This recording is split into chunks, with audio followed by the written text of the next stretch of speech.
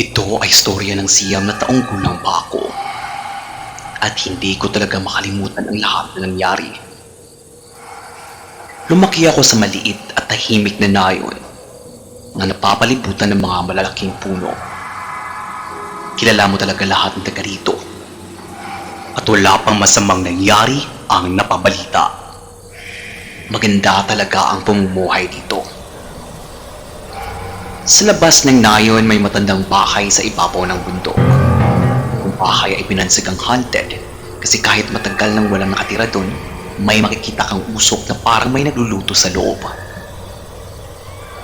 Ang mga barangay tanod ay minsan ang pumunta doon para i-check kung may trespasser.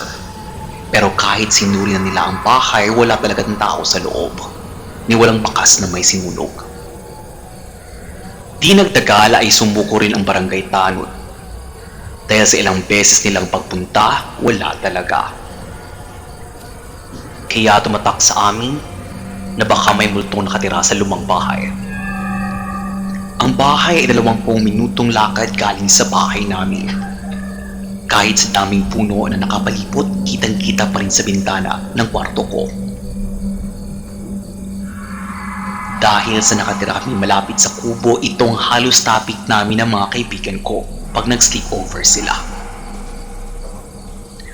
Palaging tanong kung kita ko ba daw sa bintana ang multong nakatira doon o nakapunta na ba ako doon.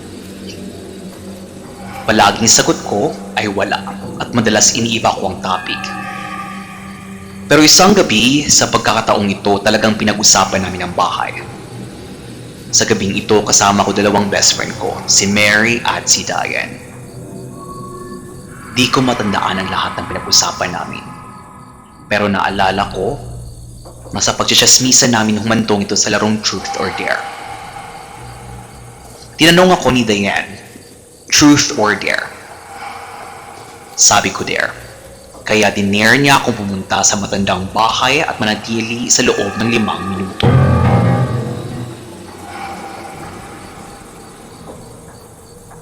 Sa edad kong siyam, hindi ako masyado nag-isip at tinanggap ko ang challenge. Pero sa isang kondisyon. Pupunta lang ako kapag kasama silang dalawa. Nagdalawang isip sila. Pero ayaw nilang magmukhang duwag kaya pumayag na rin. Pag nakatira ka sa boring na lugar, talagang hahanapin mo yung medyo adventure. Kaya sa pagpunta sa kubo ay medyo excited kami at may halong kaba. Tahimik kaming lumabas ng bintana isa-isa, suot-suot ang pajama at walang tsinelas. Iniwan namin sa labas ng kwarto para hindi kami mahuli na lumabas ng bahay ni mama at papa. Sa paglalakad talagang sobrang ginaw, pero hindi alintana kasi isip namin meron kaming dapat patunayan at ayaw namin mag-back out sa challenge. Oo, bobo pero yun yung pag-iisip namin nun. Kami ay patuloy sa paglalakad habang hawak-hawak ang mga kamay. Talagang nakakatakot ang gabi at narinig mo ang mga kulisap sa sobrang tahimik.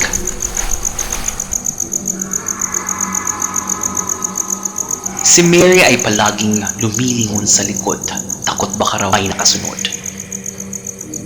Pero patuloy pa rin kasi may gustong patunayan. Pagkarating namin sa bahay, chinek namin sa bintana kung may tao pa sa loob. Dilim. Dilim lang ang nakita namin. Kaya isip namin safe lang pumasok. Pagbukas ko sa pintuan, nabigla kami sa pagbati ng maliwanag na nag-aapoy na fireplace. Wala namang nag-aapoy kanina habang chinecheck namin yung bintana. Pero ngayon, ang buong bahay ay maliwanag. Umuwi na sana kami sa pagkakataon na yun, pero sa sobrang ginaw at sa haba ng lakad namin, gusto rin naming magpahinga sa harap ng fireplace. Sa pag-upo namin, biglang nagsara ang pintuan. Gulat na gulat kami. Baka hangin lang yun, sabi ni Diane habang nanginginig sa takot. Napatayo kaming tatlo at biglang mayabag sa kabilang kwarto. Di ko alam bakit nagpasya kaming i-check ito. Ako ang nauna habang nasa likod sina Diane at Marie. Nilakad namin ang mahaba at maraming agyo ng pasilyo. Pansin ko ang ingay ng sahig na nasa kadalakan namin, rinig na rinig sa buong bahay. Pero bakit di nakapako yung ilang kahoy sa sahig? Parang nakapatong lang. Sa kuryosidad, tinanggal ko ang isang kahoy. Weird, sabi ko.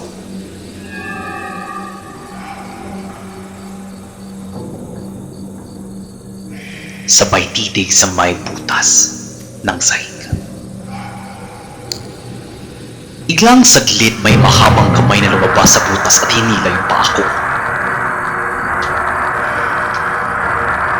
Sumigaw ako ng malakas habang hinihila ako papasok sa butas. Hinila ako agad-agad ng mga kaibigan ko. Pero kung sino o anong man ang humihila sa akin nun ay ayaw talaga akong bitawan. Mas natakot ako nung bigla akong kinagat sa binti.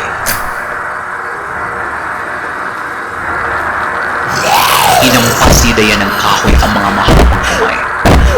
Pero di pa rin nagpaawat. Hinampas niya ito at nang nabitawan niya ang paa ko, bigla-bigla kami tumakbo palabas ng bahay. Sa sobrang takot, di na rin kami lumingon. Ilang minuto nakaabot rin kami ng bahay. Pumasok pabalik sa bintana at nilock ito. Talagang di ko lubos maisip na nakaligtas kami ng gabing iyon. Bakit sa dami ng pumunta roon, walang napabalita na may lumalabas sa sahig? Sa sobrang payak nila, baka hindi nila kaya yung mga lalaking tao na pumupunta roon.